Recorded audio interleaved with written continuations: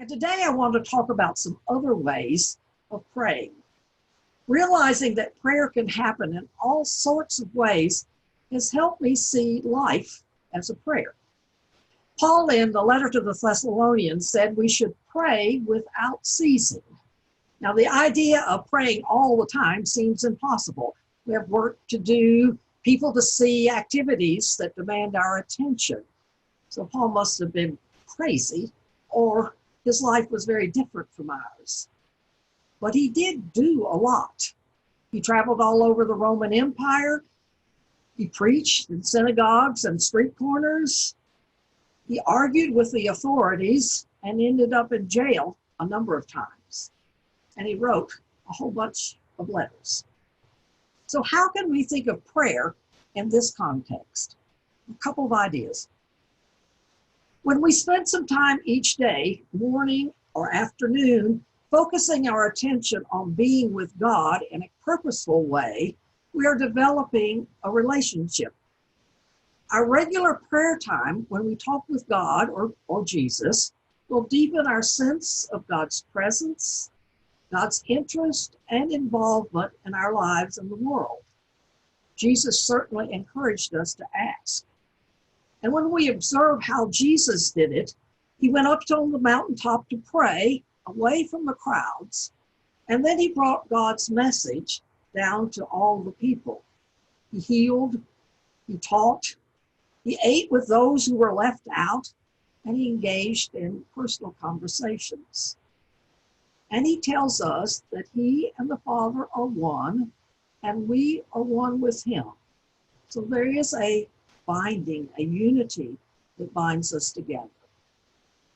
For me, that suggests that our quiet, intentional prayer time spills over and continues all through our day. We may be aware of this specifically of God's presence or praying, but often we just move as one with Christ. Now, that doesn't happen all the time, at least for me. Much of my time I am engaged with my own concerns. It is my ego that drives the bus. So I need reminders to help me bring to that place where I walk with Jesus, as the song suggests. So a suggestion or two.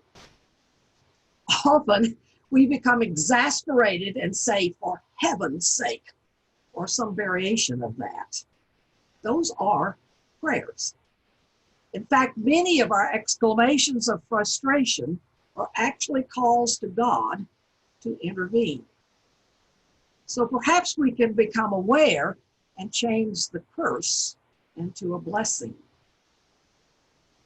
We also, at other times, need help, and we cry out, "Help me, Lord, show me, bless them, have mercy on me." These are all prayers, and they are part of our day. They're called breath prayers because they are short and attuned with breathing. Actually, there was a Russian monk in the 19th century who was desperate to know God, and he developed a practice of praying that patterned his prayer after his footsteps as he walked around the countryside in Russia. The prayer is known as the Jesus Prayer. Jesus Christ, Son of God, have mercy on me, a sinner. Words said as his feet traveled. Repeating prayers that are already known are another way to bring prayer to our daily life. We say the Lord's Prayer with others in groups. We may bless the food before we eat with a prayer we already know. These repetitive prayers speak to God and bring God closer, I think, in ways that connect us with our faith community. Others who want a reminder may carry with them a physical remnant that tells them about the God they seek. They may have a small cross in their pocket or a smooth stone that they picked up at a particularly important spiritual time. They may even put a sticky note on the dashboard with a Bible verse to remind them to pray. These are various ways that we can be reminded. And there are many people who find it brings peace and productivity to their day if they stop intentionally at different times in the day and say a prayer. Often it is paired with your daily routine.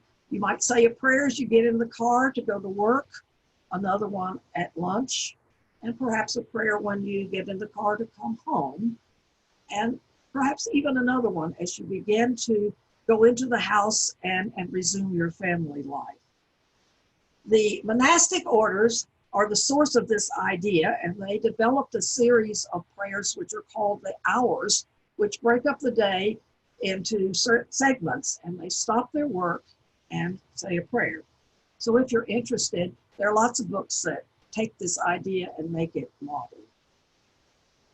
I hope that we can find our time of intentionally being with God, our quiet time, our prayer time will frame our day. And it will make us increasingly conscious that the God who is the source of life, that God is present, that God is seeking us, that God loves us. Then all of life, indeed, will be a prayer. Blessings. Stay safe, stay well, and wear a mask.